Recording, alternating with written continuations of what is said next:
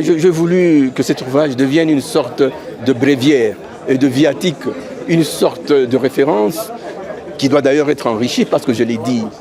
Je demande à tout le monde de le compléter, mais au moins il y aura désormais un support, un soubassement qui pourra permettre à la plupart des Congolais d'être en mesure de comprendre les dessous de l'histoire du Congo et de savoir se faire une idée sur les perspectives d'avenir. À le faire aujourd'hui parce qu'il y a une opportunité, parce que le temps s'y prête bien, parce qu'au moins, je m'appelle Jean-Baptiste, après avoir crié dans le désert pendant près de 40 ans, je trouve qu'il y a des gens qui sont sur la même longueur d'onde que moi et qui prônent le fédéralisme. Et si on était plus aguerris, nous les Congolais, on opterait pour le confédéralisme, qui est, je vous assure, la forme de l'État la plus appropriée pour le Congo. Mais on peut y aller par étapes, encore que le confédéralisme, je vous le dis, une fois qu'il est bien établi, c'est une forme instable qui vire toujours vers un fédéralisme bien équilibré. Globalement, nous avons failli. Et notre pays, c'est un pays failli. Nous n'avons pas rempli notre devoir. Comme le dit si bien notre hymne national, nous bâtirons un pays plus beau qu'avant. L'avons-nous fait? Non. Au contraire, nous assistons à toutes sortes d'antivaleurs, n'est-ce pas?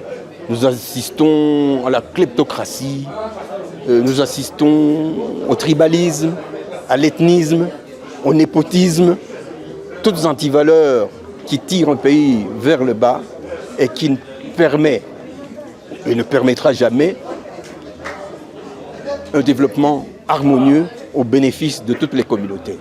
Il est donc temps que nous puissions changer de paradigme en refondant l'État, la nation et la République, en adoptant une forme de l'État qui puisse être en mesure, n'est-ce pas, de faire restituer à notre pays sa place dans le concert des nations en tenant compte de son envergure et de son destin.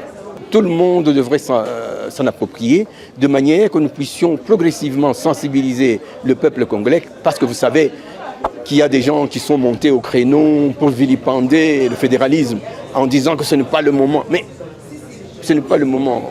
Quand sera le moment? Depuis 105 ans, on décide chaque fois de faire le fédéralisme, mais des petits malins s'arrangent pour botter en touche. Mais non, il ne faut pas infantiliser le peuple congolais. Le peuple congolais a déjà compris la supercherie de son élite politique et de son élite intellectuelle. Il faudrait remettre au peuple congolais son impérium. C'est-à-dire que c'est le développement du bas vers le sommet. Bottom-up, comme disent les anglo-saxons. Mais remarquez, notre hymne se conjugue toujours au futur. C'est une supercherie. Nous ferons, nous serons. Mais quand est-ce qu'on sera?